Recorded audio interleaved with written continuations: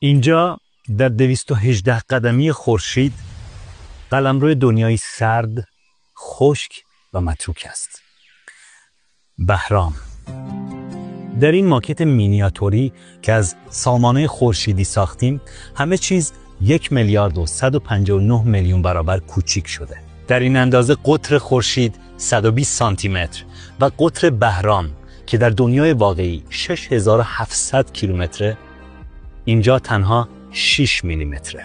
با هر قدمی که از خورشید دور شدم، حدود 90 سانتی متر، یعنی چیزی نزدیک به 1,000,000 کیلومتر در دنیای واقعی از خورشید فاصله گرفتم. بهرام بعد از زمین 4مین سیاره سامانه خورشیدی ماست. از این فاصله دور شدت نوری که به بهرام میرسه تقریبا نصف اون چیزیه که به زمین میرسه و اندازه خورشید در آسمون بهرام تقریبا 2/3 اون چیزیه که ما در آسمون زمین میبینیم.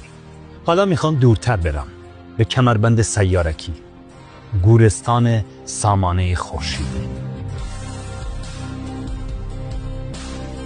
حدود 77 قدم دیگه از خورشید دور شدم. اینجا ورودی کمربند سیارکیه. میلیون ها تکه سنگ بزرگ و کوچیک که بازمونده دوران پیدایش سامانه خورشیدی ما هستند. اینجا پر از تکه سنگ هاییه که نتونستن به قدری بزرگ بشن که شکل کروی به خودشون بگیرن و به یک سیاره مستقل تبدیل بشن، به جز یکیشون، سیروس. سیروس بزرگترین جرم کمربند سیارکیه. قطر اون در دنیای واقعی چیزی حدود 940 کیلومتره، اما در این ماکت ساختگی ما قطر اون کمتر از 1 میلیمتره. یه دنیای یخزده و سرگردان.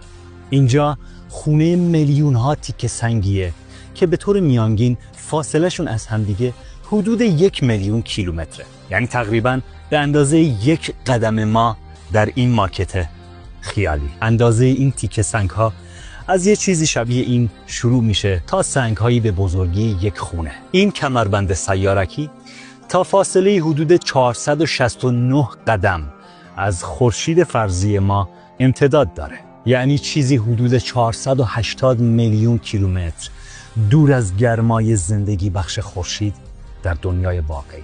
بعد از کمربند سیارکی میرسیم به غول‌های گازی و یخی سامانه خورشیدی که اون رو در ویدیوی بعدی تقدیمتون میکنم.